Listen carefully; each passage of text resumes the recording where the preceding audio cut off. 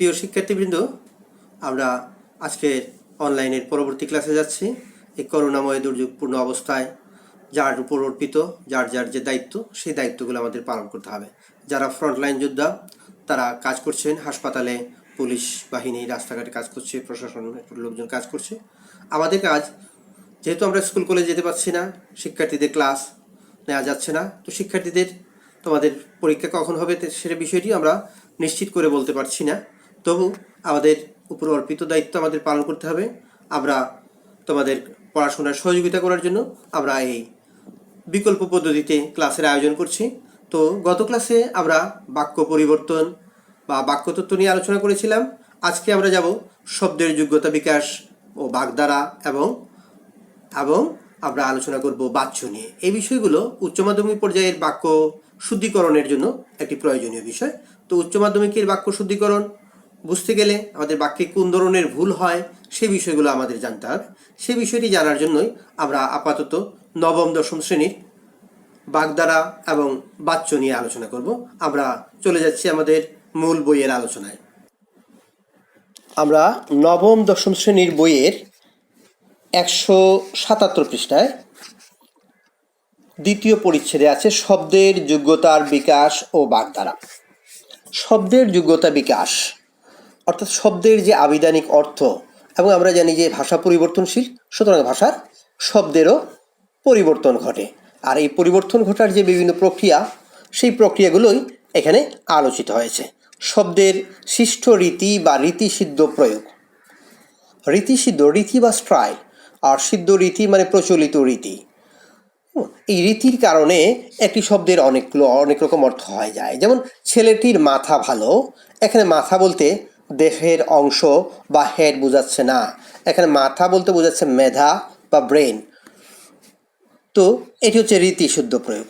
এই রীতিসিদ্ধ প্রয়োগ ছাড়াও আছে শব্দের অর্থ সংকোচ।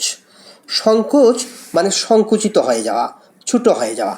একটি শব্দের অনেকগুলো অর্থ থাকতে পারে, সেই অর্থটা যদি ব্যাপ্তি কমে সংকুচিত হয়ে যায় তাহলে অর্থের সংকোচ ঘটে। যেমন বৈবাহিক, ইনি আমার বৈবাহিক। এখানে বৈবাহিক মানে হচ্ছে বিবাহ সূত্রে কারো সাথে যদি আত্মীয়তা হয়, তাহলে একটি ছেলের সাথে একটি মেয়ের যখন বিয়ে হয়, তখন ছেলের পরিবারের সবাই মেয়ের পরিবারের সবার বৈবাহিক সূত্রে আত্মীয়, সুতরাং বৈবাহিক। তাহলে একটি পরিবারের সবাই অন্য পরিবারের বৈবাহিক। কিন্তু এখন শব্দটির অর্থ পরিবর্তিত হয়ে ছেলে বা মেয়ের শ্বশুর সম্পর্কিত ব্যক্তিকেই বোঝায়। অর্থাৎ এক পরিবারের ছেলের শ্বশুর শাশুড়ি এবং মেয়ের শ্বশুর শাশুড়ি দুইজনে এইরা পরস্পরের বৈবাহিক। তাহলে অর্থ ছিল আগে পুরো পরিবারের, এবার হয়ে গেছে ওই পরিবারের মেয়ের বাবা মা এবং ছেলের বাবা মা। তাহলে অর্থটা কি হলো? সংকুচিত হলো, এই জন্য অর্থের সংকোচ। অর্থান্তর প্রাপ্তি। অর্থান্তর প্রাপ্তি মানে একটি শব্দের অর্থ পরিবর্তিত হয় অন্য অর্থে চলে যাওয়া। যেমন মেয়ের শ্বশুরবাড়িতে তত্ত্ব পাঠানো হয়েছে, তথ্যের আবিধানিক অর্থ ছিল সংবাদ, কিন্তু এখানে তথ্য বলতে বোঝাচ্ছে উপঢৌকন বা গিফট। অর্থাৎ সংবাদের সাথে আর কিছু গিফট, শুভ সংবাদের সাথে আর কিছু গিফটও পাঠানো হতো। এবার তথ্য বলতে এবার শুধু গিফটটাকেই বোঝাচ্ছে বা উপঢৌকনকে বোঝাচ্ছে। এই জন্য শব্দের অর্থ বদলে গেল, অর্থের অন্তর ঘটলো বা অর্থান্তর প্রাপ্তি ঘটলো। শব্দের অর্থ আবার উন্নত হতে পারে। যেমন শ্রীরামকৃষ্ণ পরমহংস। পরমহংস মানে পরমহাস নয়, পরমহংস মানে সন্ন্যাসী।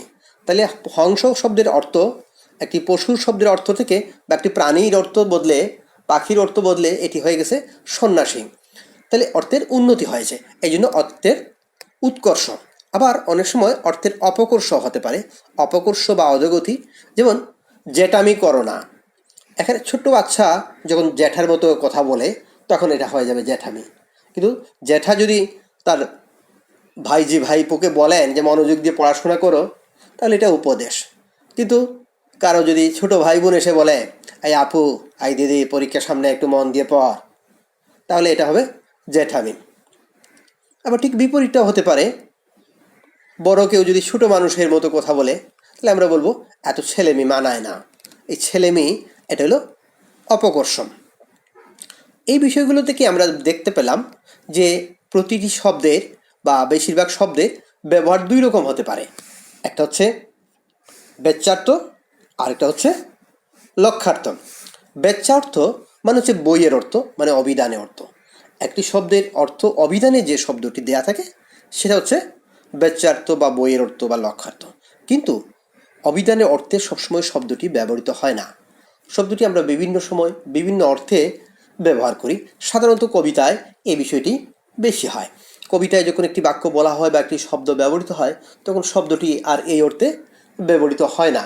এই শব্দটি দিয়ে তখন আমরা অন্য কিছু বুঝাই।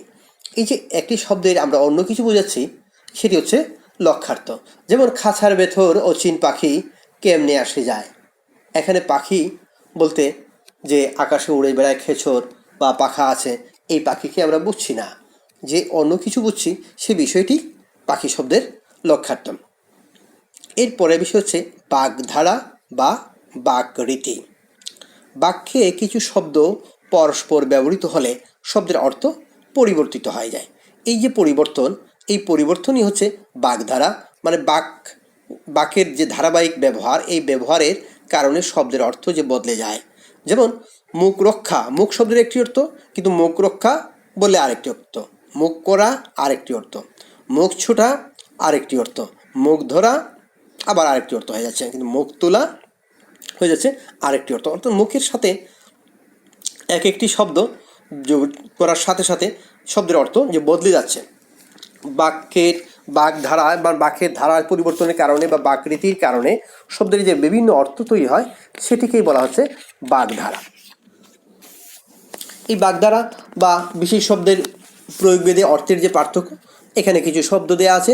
যেমন হাত শব্দের বিভিন্ন অর্থে ব্যবহার, হাত শব্দের রীতিসিদ্ধ প্রয়োগের যে বিভিন্ন ব্যবহার, মাতা শব্দের এরকম হতে পারে, মাতা শব্দের রীতিসিদ্ধ প্রয়োগ হয়ে আবার বিভিন্ন অর্থে ব্যবহৃত হয়। এরকম কাঁচা শব্দের বিভিন্ন অর্থ আছে। এই বিষয়গুলো খুব জটিল কিছু নয়, তোমরা একটু পড়লেই পারবে।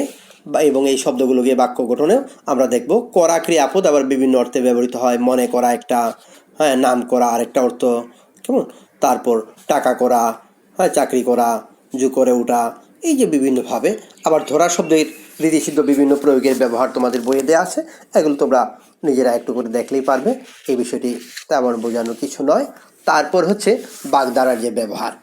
বাগধারার এই বাক্যগুলো তোমরা একটু পড়ে নেবে। বাক্য পড়লেই শব্দটির অর্থ বুঝতে পারা যায়, কিন্তু অনুশীলন করার জন্য তোমরা খাতায় লিখে নেবে বাগধারার যে শব্দ এবং বন্ধনীর মধ্যে যে অর্থ দেওয়া আছে, সেই অর্থগুলো খাতায় যদি একবার দেখে দেখে লিখে নাও, তাহলে এই বিষয়গুলো আয়ত্ত করা খুব সহজ হয়ে যায়। তবে বাক্য লেখার দরকার নেই এবং বাক্য মুখস্থ করারও কোনো প্রয়োজন নেই, কারণ বিষয়গুলো বুঝতে পারলেই তোমরা এইটার চেয়েও আরও অনেক সুন্দর সুন্দর বাক্য তোমরা তৈরি করতে পারবে।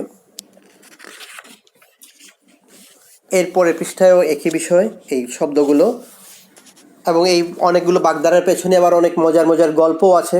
তোমরা এই বাগধারা বিষয়ে বিস্তারিত যদি জানতে চাও, অনেক বড়দের জন্য বিভিন্ন বই আছে, ব্যাকরণ বিষয়ক বিভিন্ন বইয়ে এই বাগধারা নিয়ে খুব মজার মজার গল্প আছে। সাহিত্যিক বিভিন্ন ঘটনার কারণে, বিভিন্ন অবস্থার প্রেক্ষিতে, সামাজিক বিভিন্ন ঘটনা, রাজনৈতিক বিভিন্ন ঘটনার প্রেক্ষিতে অনেক সময় অনেক বাগধারাগুলো তৈরি হয়েছে, আবার বাগধারার অর্থ তৈরি হয়েছে। তো এরপরে আছে সমার্থক শব্দ। একই শব্দের অনেকগুলো অর্থ, যদিও সমার্থক শব্দ বলি, কিন্তু সব সমার্থক শব্দ কিন্তু সবসময় ব্যবহার করা যায় না। এই বিষয়গুলো আমরা পরবর্তীতে জানবো। তো আপাতত এসএসসি বা এইচএসসি পর্যায়ে আমরা একটি শব্দের যে বিভিন্ন অর্থ আছে, সেই অর্থগুলো আমরা জানবো। অনেক সময় কবিতার ছন্দ রক্ষা করার জন্য বা ভাষাকে সুন্দরভাবে উপস্থাপন করার জন্য অনেক সময় আমরা একই শব্দ ব্যবহার না করে আমরা অনেকগুলো শব্দ ব্যবহার করি। এগুলোকে বলা হয় সমার্থক শব্দ। তারপর আছে ভিন্নার্থক শব্দ। একই শব্দ বিভিন্ন অর্থ বোঝায় বলে এগুলোকে বলা হয় ভিন্নার্থক শব্দ। আবার আছে বিপরীতার্থক শব্দ। অনেক সময় সমার্থক শব্দ দিয়ে যেরকম আমরা শব্দকে বুঝতে পারি, শব্দের অর্থ বুঝতে পারি, অর্থাৎ বাক্য বোঝার জন্য বা শব্দের অর্থ বোঝার জন্য অনেক সময় বিপরীতার্থক শব্দ আমাদের প্রয়োজন হয়। যেমন কাউকে যদি আমরা আলো শব্দের অর্থ বোঝাতে যাই, যে আলো মানে দ্যুতি, জ্যোতি, লাইট, এই শব্দগুলো দিয়েও যদি আমরা আলো বোঝাতে না পারি, তাহলে যদি আলো নিভিয়ে দিয়ে আমরা দেখাতে পারি যে এটি হচ্ছে অন্ধকার, এর বিপরীত যে সেটি হচ্ছে আলো, এরকম করে আমরা বিপরীত শব্দ দিয়েও আমরা ভাষার বিষয়টিকে আমরা পরস্পরের কাছে বোধগম্য করে তুলতে পারি। ভাষার শব্দকে বোধগম্য করার জন্য তাহলে শব্দার্থ বা সমার্থক শব্দের পাশাপাশি বিপরীত শব্দের ও প্রয়োজন আছে। তো বিপরীত শব্দগুলো আমরা দেখব। বিভিন্ন প্রতিযোগিতামূলক পরীক্ষায় আগের দিনে বিপরীত শব্দ আসতো, ইদানিং আবার বলা হয় যে বিপরীত শব্দ সহযোগে বাক্য রচনা করো। অর্থাৎ একই বাক্যের মধ্যে শব্দের মূল শব্দ এবং বিপরীত শব্দ দুটোই থাকতে হবে। এই বিষয়গুলো একটু বুঝতে হবে। তো শব্দের এবং বিপরীত শব্দ, যেমন সম্পদের বিপরীত, সম্পদের বিপরীত আপদ বা বিপদ হতে পারে। তো সম্পদ অর্থাৎ কোনো ব্যক্তি যদি প্রতিষ্ঠিত হয়, সে তার পরিবারের সম্পদ, রাষ্ট্রের সম্পদ। কিন্তু সে যদি প্রতিষ্ঠিত না হয় তাহলে সে পরিবারের আপদ হয়ে থাকতে পারে। আবার যদি সে বিপদগ্রামী হয় তাহলে সে তার পরিবারের জন্য যেমন, তেমনি তার রাষ্ট্রের জন্য জনগণ শক্তি না হয়, সম্পদ না হয়, বিপদ হতে পারে। এই বিষয়গুলোই আমরা এই চ্যাপ্টারগুলোতে থেকে আমরা জানবো। শব্দগুলো পড়বে এবং কোনো বিষয়ে তোমাদের কোনো শব্দের অর্থ না বুঝলে এই বিষয় নিয়ে আমরা আবার ইনবক্সে কথা বলবো বা মেসেঞ্জারে কথা বলবো। অনুশীলনীগুলো তোমরা একটু দেখবে, অনুশীলনীগুলো নিজেরা বাসায় অনুশীলন করবে। মূল যদি না বুঝো তাহলে মূল বইয়ের সাথে আবার মিলে দেখবে, না পারলে আমরা এই বিষয়গুলো নিয়ে কথা বলবো। এরপরে আমরা আসবো বাচ্য পরিবর্তন। বাচ্য পরিবর্তনের বিষয়টি না জানার কারণে আমাদের অনেক সময় বাক্য ভুল হয়। বাচ্য হচ্ছে বাক্যের যে বিভিন্ন রকম প্রকাশভঙ্গি, একই বিষয়কে আমরা বিভিন্নভাবে বলতে পারি বাচ্যের উপর ভিত্তি করে। যেমন একটি ঘটনা ঘটলো, যে আমরা বললাম যে পুলিশ পাখির মতো গুলি করে মানুষ মেরেছে। আবার একই ঘটনা আরেকটি পত্রিকায় আসতে পারে, মানুষ পাখির মতো গুলি খেয়ে পুলিশের হাতে মারা পড়েছেন। একই ঘটনাকে আমরা দুভাবে লিখতে পারি। এই যে বলার ভঙ্গি, এই বাক্যের বিভিন্ন ধরনের প্রকাশভঙ্গিকেই বলা হচ্ছে বাচ্য। এবার এই প্রকাশভঙ্গির অনুসারে বাচ্যকে আমরা ইংরেজিতে ভয়েস বলছি। বাচ্চার ইংরেজিতে ভয়েস, আমরা বিভিন্ন ক্লাসে তোমরা ভয়েস চেঞ্জ করেছো, সেই বিষয়টিই বাচ্য। তো বাচ্যের প্রকাশভঙ্গি অনুসারে তার সাথে যে বিভক্তি ব্যবহৃত হয়, ক্রিয়াপদ ব্যবহৃত হয়, এই বিষয়গুলোই আমাদের জানতে হবে এবং এই বিষয়গুলো অনুশীলন করলেই যাতে এই ভুলগুলো না হয়, তাহলে আমরা যেরকম বাচ্য পরিবর্তন করতে পারবো। আবার বাচ্য পরিবর্তন জানলে বাচ্য পরিবর্তন যেহেতু ভুলের কারণে যে বাক্য ভুল হচ্ছে, এই বিষয়গুলো আমাদের বোধগম্য হবে। বাচ্য বোঝার জন্য যে বিষয়টির দরকার, আমরা এই কয়টি বাক্য থেকে আমরা দেখো। তোমাদের বইয়ে দেওয়া আছে, রবীন্দ্রনাথ গীতাঞ্জলি লিখেছেন। এই বাক্যের ক্রিয়াপদ হচ্ছে লিখেছেন, কর্তা হচ্ছে Rabindranath, third person singular number. এবার এই বাক্যটিকে আমরা যদি বলি কর্তৃবাচ্য, কেন বলছি? অর্থাৎ যে বাক্যের ক্রিয়াপদ কর্তার অনুসারী হয়। আমাদের বইয়ের সংজ্ঞা দেওয়া আছে, কর্তৃবাচ্যের যে বাক্যে কর্তার অর্থ প্রাধান্য রক্ষিত হয় এবং ক্রিয়াপদ কর্তার অনুসারী হয় তাকে কর্তৃবাচ্য বলে। এবার ক্রিয়াপদ কর্তাকে অনুসরণ করে কি না, এটা বোঝার জন্য আমাদের যে কাজ করতে হবে সেটি হচ্ছে এই বাক্যের কর্তাকে পরিবর্তন করতে হবে।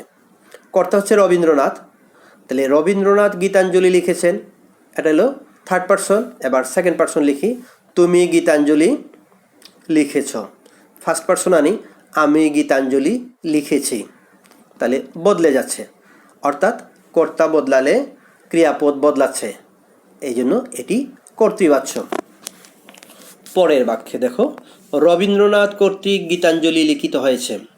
এবার রবীন্দ্রনাথ কর্তা পরিবর্তন করি, তোমা কর্তৃক গীতাঞ্জলি লিখিত হয়েছে, আপনা কর্তৃক গীতাঞ্জলি লিখিত হয়েছে, আমা কর্তৃক গীতাঞ্জলি লিখিত হয়েছে। ক্রিয়াপদ পরিবর্তন হচ্ছে না। যেহেতু ক্রিয়াপদ পরিবর্তন হচ্ছে না কর্তা পরিবর্তনের সাথে সাথে, তাহলে ক্রিয়াপদ কর্তাকে অনুসরণ করছে না। ক্রিয়াপদ যেহেতু কর্তাকে অনুসরণ করছে না, সেটি কর্তৃবাচ্য নয়। তাহলে কর্মবাচ্য কিনা এটি যাচাই করার জন্য আমাদের দেখতে হবে বাচ্চার মধ্যে কর্ম আছে কিনা। কি লিখিত হয়েছে?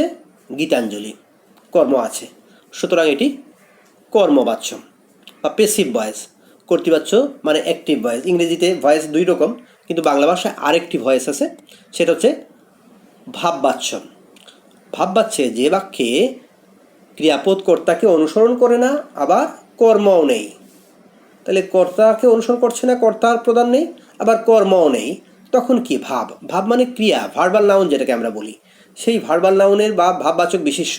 এখানেও ভাববাচ্য বলতেও সেই ভাব বা ক্রিয়াকেই বোঝাচ্ছে। যেমন আমার খাওয়া হলো না, খাওয়া হলো না ক্রিয়াপদ, আমার খাওয়া হলো না, তোমার খাওয়া হলো না, তার খাওয়া হলো না, আপনার খাওয়া হলো না, বদলাচ্ছে না, সুতরাং এটা কর্তৃবাচ্য না। এবার কি খাওয়া হলো না, কাকে খাওয়া হলো না, এই দুটো প্রশ্নের উত্তর নেই। তাহলে কর্মও নেই, কর্তার অনুসারে ক্রিয়াও বদলাচ্ছে না, সুতরাং এটা কর্তৃবাচ্য না, কর্মবাচ্য না। এই বাচ্যটাকে আমরা বলছি ভাববাচ্য। এবার বাচ্য পরিবর্তনের জন্য যে কিছু নিয়ম বা কিছু অবজেক্টিভ হয় তোমাদের বা কিছু মনে রাখতে হয়, সেই বিষয়টি জানার জন্য আমরা একটি ছকে যাব। তোমাদের বইয়ে বাক্যের মধ্যে দেওয়া আছে, বাক্যের মধ্যে না দেখে আমরা একটি ছকের মধ্যে দেখব। আমরা প্রথমে এরকম একটি ছক তৈরি করব। বাচ্য, প্রথম কলামে লিখব বাচ্চের নাম, কর্তৃবাচ্য, কর্মবাচ্য, ভাববাচ্য। তারপর লিখব কর্তায় কোন কোন বিভক্তি ব্যবহৃত হয়, কর্তায় বিভক্তি। তারপর লিখব কর্মে বিভক্তি। এবার এই বিভক্তিগুলো আমরা একটু কিভাবে শিখব একটু দেখি। আমরা লিখব কর্তৃবাচ্যের কর্তায় প্রথমা বিভক্তি। তারপর লিখব কর্তৃবাচ্যের কর্তা, দুইটাই কর্তা, প্রথমা বিভক্তি। তারপর লিখব কর্মবাচ্যের কর্তায় প্রথমা বা মাঝে মধ্যে দ্বিতীয় বিভক্তি। তারপর লিখব কর্তৃবাচ্যের কর্মে প্রথমা, দ্বিতীয়া এবং ষষ্ঠী বিভক্তি। তারপর কর্মবাচ্য, আমরা জানি পেসিভ ভয়েসে অ্যাক্টিভ ভয়েসের সাবজেক্টকে পেসিভ ভয়েসের বা কর্মবাচ্যে অবজেক্ট করতে হয়, তাহলে সাবজেক্টকে অবজেক্ট করে তার আগে বাই বসাতে হয়। এই বাইয়ের বাংলা হচ্ছে তৃতীয়া। তাহলে আমরা লিখব কর্মবাচ্যের কর্তায় তৃতীয়া বিভক্তি। তারপর আমরা যাব ভাববাচ্যের কর্তায় হবে দ্বিতীয়া, তৃতীয়া এবং ষষ্ঠী বিভক্তি। আমরা খেয়াল করব যে উপরে দ্বিতীয়া একবার ব্যবহৃত হয়েছে, দুইবার ব্যবহৃত হয়েছে, প্রথমা তিনবার ব্যবহৃত হয়েছে, তৃতীয়া প্রথমাটি আর নেই, বাকি রইল দ্বিতীয়া, তৃতীয়া এবং ষষ্ঠী। সুতরাং ভাববাচ্যের কর্তায় দ্বিতীয়া, তৃতীয়া আর ষষ্ঠী বিভক্তি ব্যবহৃত হয়। এবং ভাববাচ্যে যেহেতু কর্ম নেই, সুতরাং কর্মে কোনো বিভক্তিও নেই। এবার এখান থেকে প্রশ্ন একটু ঘুরিয়ে আসতে পারে। প্রশ্ন আসলো যে কর্তৃবাচ্য থেকে কর্মবাচ্যে রূপান্তর করলে কর্তায় কোন বিভক্তি হয়, কোন জায়গা থেকে রূপান্তর করলাম এটা আমাদের মনে রাখার দরকার নেই, যেখানে নিচ্ছি সেটাই আমরা খেয়াল করব। তাহলে আমরা জানবো যে কর্মবাচ্যের কর্তায় তৃতীয়া বিভক্তি হয়। এরকম বলা হলো যে ভাববাচ্যের বাক্য থেকে কর্তৃবাচ্য রূপান্তর করলে কর্তায় কোন বিভক্তি হয়, অর্থাৎ কর্তৃবাচ্যের কর্তায় কোন বিভক্তি হয়, তাহলে কর্তৃবাচ্যের কর্তায় প্রথমা বিভক্তি হয়। এই বিষয়গুলো আমরা খেয়াল করে এই বিষয়গুলোই আমরা পড়ব। তারপরে তোমাদের বইয়ে দেওয়া আছে, দেখো ভাববাচ্যের ক্রিয়া সর্বদাই নাম পুরুষের হয়। নাম পুরুষ মানে হচ্ছে থার্ড পারসন। ভাববাচ্যের কর্তায় ষষ্ঠী, দ্বিতীয় এবং তৃতীয়া অথবা তৃতীয় বিভক্তি প্রযুক্ত হয়, সেই কথাগুলো আমরা এখানে বলেছি। এবার ভাববাচ্যের কর্তা যে নাম পুরুষের হয়, ক্রিয়া যে নাম পুরুষ হয় মানে থার্ড পারসনের যে ক্রিয়া হয় একই ক্রিয়া হয়, অর্থাৎ পার্সন পরিবর্তনের সাথে সাথে ভাববাচ্যের ক্রিয়া বদলাচ্ছে না। তাহলে ক্রিয়াটা কি হচ্ছে, তার খাওয়া হলো না, আমার খাওয়া হলো না, সে খেলো না, তার খাওয়া হলো না, এই যে বিষয়টি সেটি হবে। আমাকে এখন যেতে হবে, তাকে যেতে হবে, ক্রিয়াটা থার্ড পারসনে বা নাম পুরুষের, এই কথাটি এখানে বলা হয়েছে নাম পুরুষের ক্রিয়া। এবার দেখো পরের বাক্যে দিয়েছে কখনো কখনো ভাববাচ্যে কর্তা উজ্জ্ব থাকে, কর্মধারায় ভাববাচ্য গঠিত হয়।